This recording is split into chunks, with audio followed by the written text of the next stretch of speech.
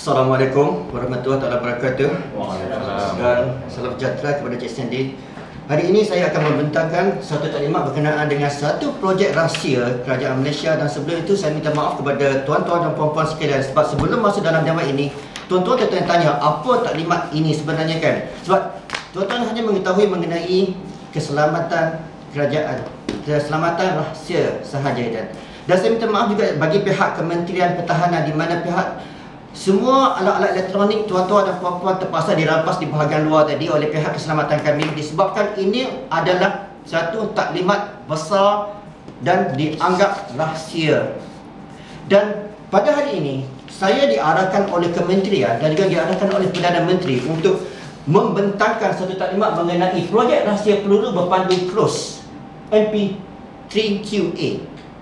Tapi sebelum itu, sebelum saya sentuh mengenai MP3QA, ini saya jelaskan mengenai di mana wujudnya ancaman-ancaman di seluruh Malaysia, sama ada di Semenanjung atau di Sabah dan Sarawak. Dan hasil daripada latihan dan juga hasil daripada kami hasil daripada apa yang kami buat dalam tempoh 10 tahun, kami melihat kepada faktor keselamatan di Malaysia itu sendiri, di mana wujudnya keselamatan, terutamanya yang terbaru ialah di sini, iaitu di Lahad Datu. Apabila negara kita diceroboh, tuan-tuan kan, Datuk kan.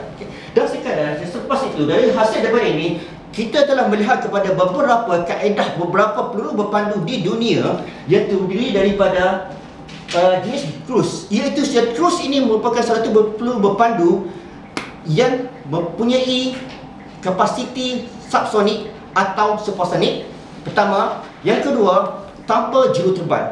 Dan yang ketiga, ia merupakan suatu peluru berpandu yang tidak boleh dikesan. Peluru berpandu ini merupakan suatu tujuan jet yang terbang rendah, dan model pertama yang wujud di dunia ini adalah dalam bentuk model V1, iaitu yang dibangunkan oleh Jerman pada tahun 1920. Selepas itu diikuti oleh Navajo. Navajo ini dibina, dan juga Buria, dan terbaru adalah BrahMos. BrahMos ini merupakan suatu peluru berpandu tercanggih di dunia waktu ini. Ia adalah peluru berpandu yang dibina oleh kerajaan Rusia dan juga kerajaan India. Selain pada itu, kita juga terdapat sejenis peluru berpandu, iaitu peluru berpandu balistik antara benua ataupun ICBM, yang mana peluru berpandu ini dia boleh meledakkan bom-bom di merata berjauh antara benua. Dan walaupun begitu, kajian taklimat ini hanya melihat kepada peluru berpandu cruise besar kecil, yang di mana kita melihat contoh terbaru ialah Tomahawk. Tomahawk adalah keluaran Amerika Syarikat, US. Ia dibina pada tahun 1972 oleh kerajaan US, dan Tomahawk ini merupakan suatu peluru berpandu paling canggih oleh Amerika Syarikat. Dan jika dilihat pada tahun 1988, di mana Sudan dan Afghanistan merupakan suatu tempat kajian oleh kerajaan US untuk menentukan sama ada peluru berpandu Tomahawk ini berjaya atau tidak. Dan terbaru adalah peluru berpandu berjenama berversi Tactical Tomahawk yang dikeluarkan oleh US. Dan walaupun begitu, hasil kajian kami selama 10 tahun ke atas Tomahawk, kami mendapati bahawa terdapat kekurangan di dalam Tomahawk itu sendiri, iaitu wujudnya kelemahan-kelemahan yang menyebabkan ia tidak mudah diselenggara dan juga mudah dikesan oleh pihak musuh. Di sini contohnya Tomahawk, apabila pihak Israel membentuk Iron Dome, di mana peluru berpandu Tomahawk boleh dikesan dan seterusnya diletupkan oleh kerajaan Israel itu sendiri. Dan hasilnya, kenapa? Apabila kita telah melihat Tomahawk ini dan mengetahui bahawa kelemahannya adalah di sini, iaitu di pacuan di hadapan ini. Di sinilah ia boleh mudah dikesan. Dan hasil daripada itu, kerajaan Malaysia telah membentuk suatu konsortium antara kerajaan Malaysia, Kementerian Pertahanan dengan syarikat luar untuk membentuk suatu peluru berpandu buatan berjenama Malaysia di bawah projek MP3QA. Dan ini merupakan peluru berpandu buatan Malaysia.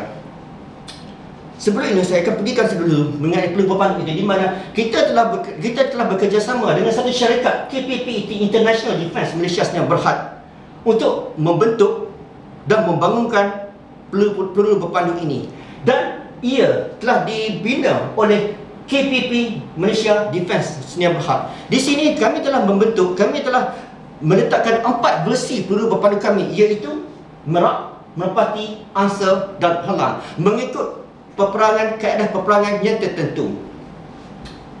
Kalau sekiranya Tomahawk seberatnya adalah 1100 kg, berat peluru berpandu kami adalah 1991 kg, di mana ia 2 kali ganda lebih berat daripada Tomahawk. Dan ini adalah tactical, di mana kami telah mencuba peluru berpandu kami ke atas daripada kapal selam dan seterusnya. Ini adalah hasil kajian kami ke atas peluru berpandu kami, iaitu di mana ia tidak boleh dikesan oleh mana-mana sistem peradaran, sistem radar di seluruh dunia. Dan ia telah disahkan oleh pihak Jerman dan juga pihak Amerika bahawa peluru berpandu kami tidak boleh dikesan. Ini adalah carta-carta menunjukkan kelebihan peluru berpandu kami, iaitu 1, 2, 3 dan 4. Ini adalah 4 versi yang kami ada. Ini peluru berpandu khas Tomahawk, di mana kami melebihi daripada kapasiti yang dibawa oleh Tomahawk itu sendiri.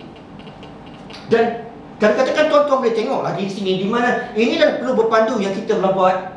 Betulkan apa yang dihasilkan oleh Tomahawk dan apa yang dihasilkan oleh peluru berpandu kami di sini.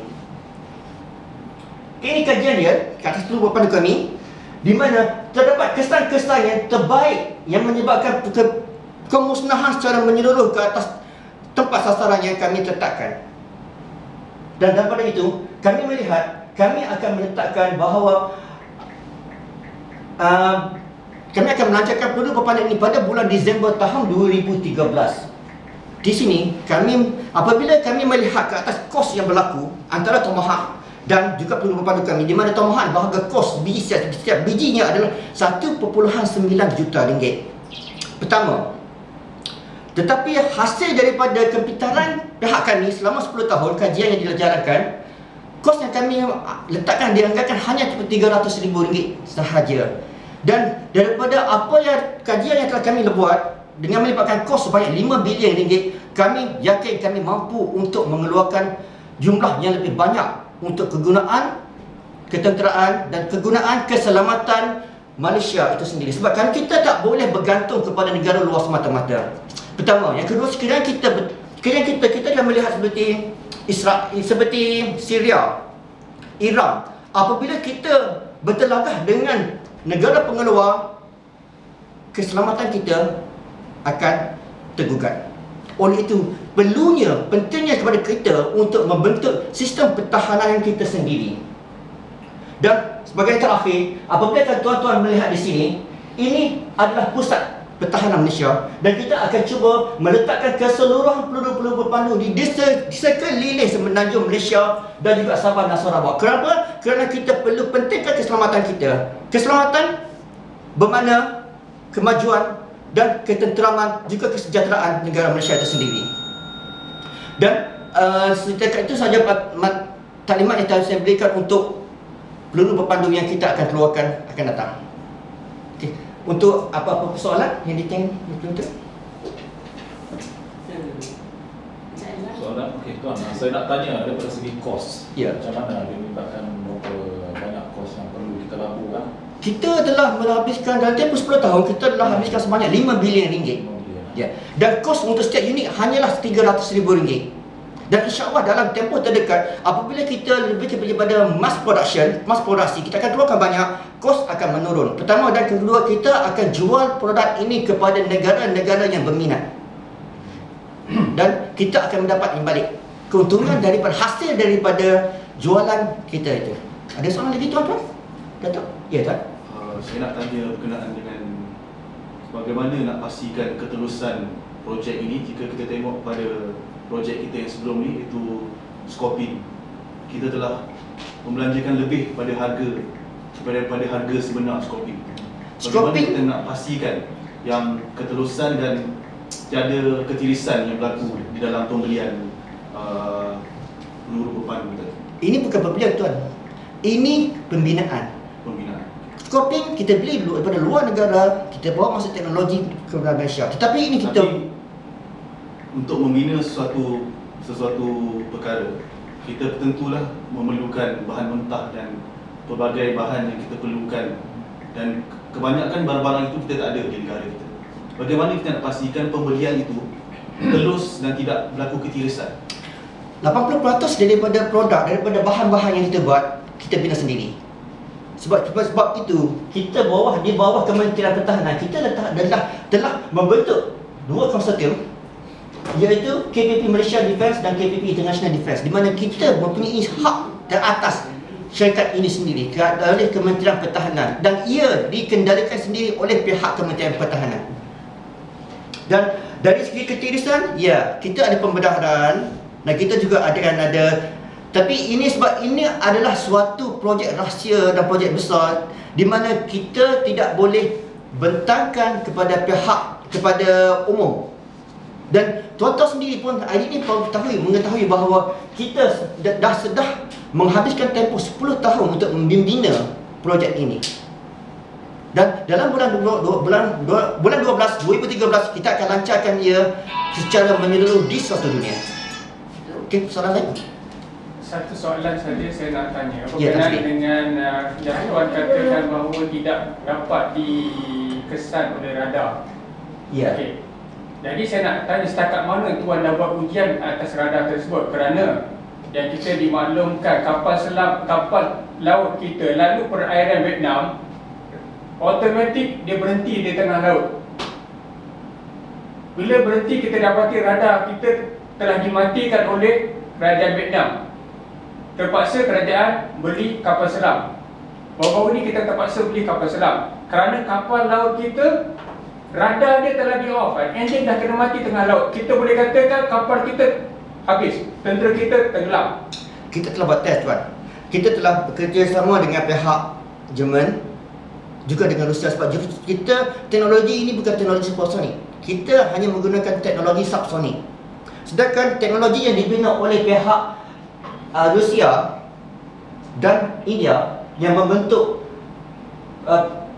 peluru berpandu BrahMos merupakan sesuatu yang tercanggih di dunia setakat ini. Malahan Tomahawk pun juga tidak mampu menangani peluru berpandu BrahMos. Tetapi hasil kajian kita dengan pihak mereka, kita telah hantar peluru berpandu kepada mereka untuk dicuba. Dan berkenaan dengan pihak mereka yang telah seperti contoh tadi bagaimana Tan Sri bagi tahu berkenaan dengan pihak Vietnam yang telah berjaya mematikan kita punya radar, Enjin kapal kita. Kita telah meletakkan satu teknik di sini. Saya tahu sebab daripada hasilnya kita telah tengok poin-poin di sini. Pertama, poin-poin di sini kita ada poin tertinggi 5,400 dan paling tinggi adalah 13,000. Sedangkan 3,000 hadiah daripada Tomahawk. Ini adalah Tomahawk. Dan kita sebenarnya membentuk radar pertahanan kenan kita sendiri. Kita tidak berkongsi dengan pihak luar. Maka kod pertahanan kita diselenggara oleh kita sendiri dan bukannya oleh pihak luar. Malah kod pertahanan kita, pihak luar pun tidak boleh menceroboh masuk. Setakat ini apa yang telah kita letakkan dalam sistem kita, pertahanan kita. Itu Tan Sri? Saya harap ianya benar. Okey. Sebab sebelum ni pun kalau kita kata kapal kita pun macam ni juga, kata tak boleh kesan radar. Jadi bila berlaku kes yang ini baru kita dah terpaksa beli kapal selam. Kita tahu sebab radar yang kita buat sebelum ni adalah radar yang dibeli daripada luar negara. Dan radar yang kita bina ini, kita beli dan sistemnya, kod-kodnya ada dicipta oleh kita sendiri. Bermakna ketulusan pertama, dan juga sekiranya pihak-pihak luar cuba menceroboh kod-kod kita, mereka tak akan dapat menceroboh sebab kod-kod itu telah diberikan oleh kita sendiri dan bukannya oleh pihak luar. Okey, terima kasih. Okey, terima kasih. Ya, Tan Sri. Saya pula nak bertanya. Pada permulaan anda berbicara tadi, saya mendengar satu perkataan bahawa alat-alat jentera berat dah dirampas dekat luar tadi. Itu apa maksud dan tujuannya? Ada jentera berat. Kan jentera. Masa ni pengumuman taklimat. Bukan Oh. komunikasi.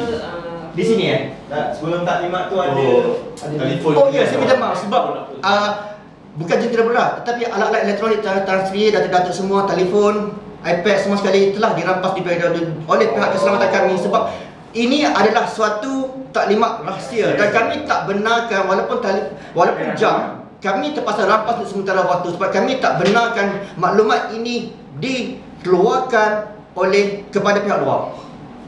Okey tuan. Tak rasa kita tak kena gampang ni pun ni. Baik. Soalan saya yang kedua. Apa nanti mengapa ada pengesahan sedangkan projek ini adalah rahsia. Ya tuan. Mengapa ada pengesahan kualiti tadi daripada peluru berpandu tadi daripada Jerman dan apa dia tu? Rusia. Jerman dengan Rusia. Oh, Rusia dan India. Rusia ni. Bukan. Pengesahan ujian pengesahan tadi. Iya. Kenapa sedangkan dia adalah projek rahsia? Dia projek rahsia kepada pihak luar. Ia projek rahsia kepada umum. Dan kita hantar kepada pihak luar untuk walaupun pihak luar, pihak mereka sendiri pun tak tahu. Kita cuma test berdasarkan kepada kod yang dihantar sahaja. Dan mereka sendiri tak tahu apa itu kod itu. Mereka hanya test, mereka hanya menguji ke atas apa yang kita berikan. Itu saja. Tetapi kerahsiaannya masih lagi berada di tangan kita. Dan itu adalah lumrah di mana-mana sahaja walaupun Amerika sendiri mereka pernah menghantar peluru-peluru berpandu mereka untuk diuji di tempat kita. Tapi kita tak tahu sebab kita berdasarkan kepada kod yang diberikan sahaja. Okey, ada satu lagi Tan Sri, Datuk? Okey, satu lagi. Tadi jarak jangkauan peluru berpandu tadi tu. Yang saya lihat hanya daripada pusat sehingga ke lagi. Okey, lagi. Ni tadi. Bukan. Satu lagi. Ini adalah jarak. Ini bukan jarak sasaran. Ini bukan jarak sasaran. Ini pusat koordinasi di mana kita akan letakkan tempat-tempat di mana peluru berpandu itu akan ditempatkan. Dan koordinasinya hanyalah di sini. Itu kita sendiri yang akan mengkoordinasikannya dan kita sendiri akan menguruskan pengurusannya dan bukannya pihak luar. Di mana katakan pihak luar, mereka dengan katakan kita melihat kes-kes di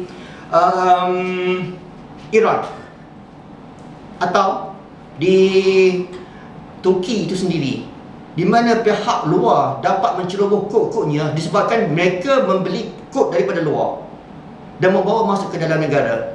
Jadi bila mereka itu apa yang saya katakan jelaskan tadi. Apabila kita berhadapan bermasalah dengan negara pengeluar, mereka dengan mudah akan boleh mengakses ke dalam sistem pertahanan kita.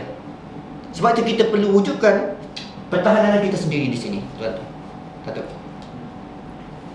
Ada apa lagi soalan daripada Tan Sri? Okey. Jadi terima kasih banyak. Dan dengan taklimat ini saya mengandaikan supaya Tan Sri dan datuk-datuk semua faham kenapa perlunya kita meletakkan pertahanan kita di tempat yang sewajarnya. Sekian, terima kasih.